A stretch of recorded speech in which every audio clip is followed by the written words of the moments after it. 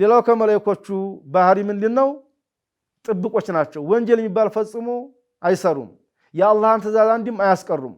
አላህ Subhanahu Wa Ta'ala ምንድነው የሚለው لا يعصون الله ما أمرهم ويفعلون ما يؤمرون አላህ ያዘዘውን ተግባር ፈጽሞ ያጓድሉም የታዘዙትን ነገር ይተገብራሉ ይላል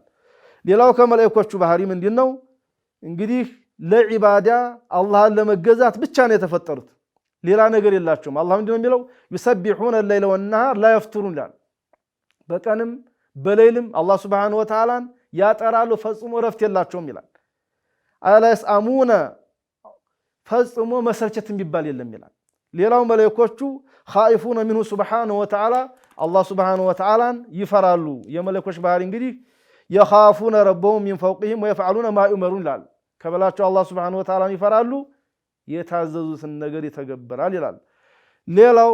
በሰውና በመላእክት መካከል ያለው ልዩነት ምንድነው ይሄ እንግዲህ በብዙ ነገር ይለያል መላእክቶች የተፈጠሩበትም ይለያል ከብርሃን የተፈጠሩት የሰው ልጅ ደግሞ ከጭቃ ነው የተፈጠረው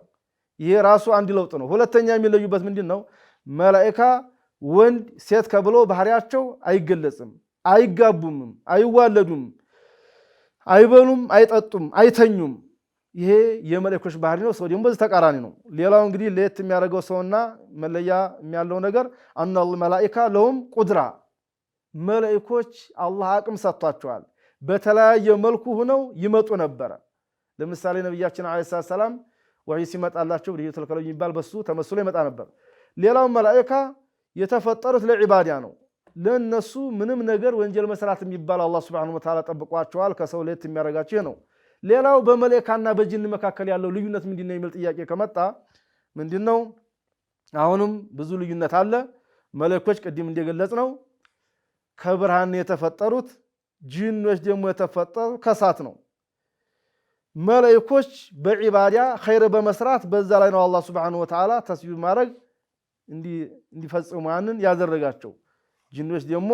ከመካከላቸው ሙእሚንም አለ ካፊርም አለ